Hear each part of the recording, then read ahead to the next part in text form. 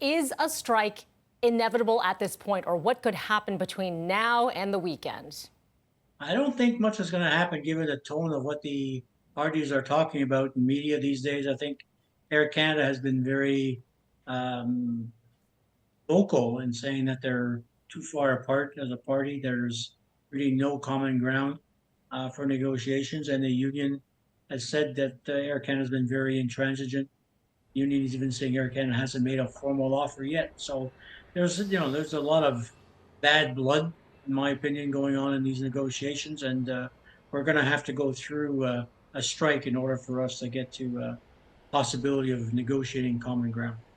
One of the things we often hear about is that flight attendants don't get paid until that plane is moving, that door is closed. So anything from loading, security, helping passengers prior to takeoff, that's actually not on their watch. Can you talk about why that is?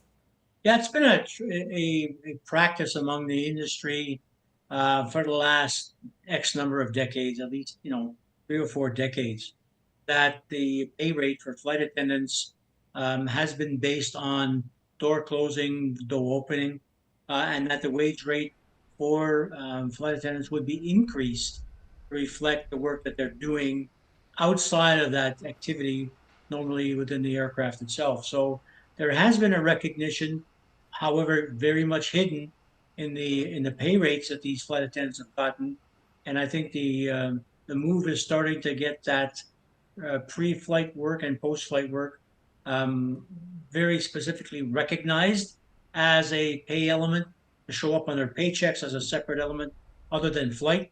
And the carriers are starting to recognize that need.